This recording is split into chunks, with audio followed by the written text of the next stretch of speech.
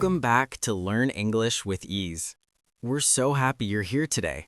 Thank you for joining us again. Today we're recording in a beautiful Paris setting. Yes, you can see the Eiffel Tower behind us.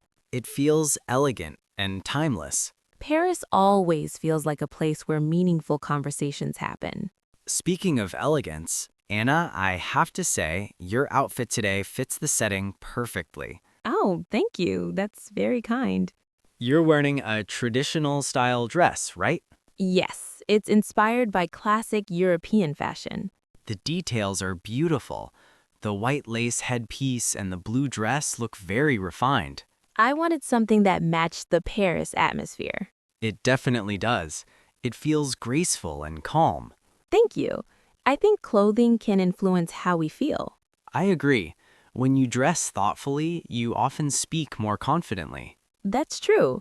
When you feel comfortable, conversation flows more easily.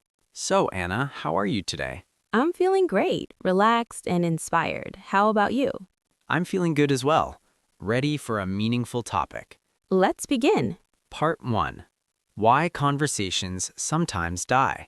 Today we're talking about how to keep a conversation going naturally. Many learners know how to start a conversation. But they don't know how to continue it. Exactly. After 2 or 3 sentences, there's silence. That silence feels uncomfortable. And people panic. The key is understanding that conversations are like tennis. Yes, you hit the ball back and forth. Part 2. Ask follow-up questions.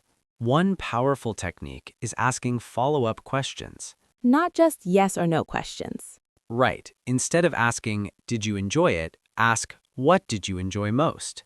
That invites a longer answer. And gives you more information to respond to. Conversations grow when questions are open. Part 3. React with interest. Another important skill is reacting naturally. Yes, reactions keep energy alive. For example, "That sounds interesting." "Really? No way." Or, I didn't expect that. Reactions show that you're engaged. Without reactions, conversations feel flat. Sometimes learners only ask questions. But they don't share anything about themselves. That makes the conversation one-sided. Exactly. After someone answers, you can say, "That reminds me of." Or, "I had a similar experience." That creates connection. What about awkward pauses? Pauses are normal. Many learners try to fill silence immediately, But short pauses show confidence. especially in deeper conversations. In fact, pauses make conversations feel thoughtful. What if the topic naturally ends? You can shift gently. How? Say something like, "Speaking of that," or "That reminds me." That transition feels smooth. Yes, and keeps momentum. Conversations are not about perfect English. They're about connection.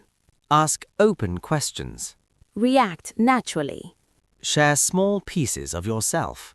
And don't fear short pauses.